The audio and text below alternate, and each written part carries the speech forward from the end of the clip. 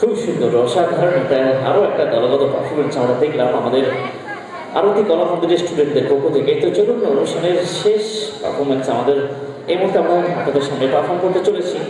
তো তার আগে যাদের অক্লান্ত পরিশ্রমের ফলে আজকের এই অনুষ্ঠান, আমাদের রীতাদি যিনি হচ্ছেন আমাদের পশ্চিমবাংলা বঙ্গীয় সঙ্গীত পরিষদের এক্সামিনার, এবং তাপসদা যিনি পশ্চিমবাংলার বঙ্গীয় সঙ্গীত পরিষদ এবং চণ্ডীগড়ের প্রাচীন কলা কেন্দ্রের এক্সামিনার, তাদের অক্লান্ত পরিশ্রমের ফলে আজকের এই সুন্দর সন্ধ্যায় আমরা সকলে মিলে এখানে একসাথে হতে পেরেছি, একত্রিত হতে পেরেছি, সমাবেত হতে পেরেছি।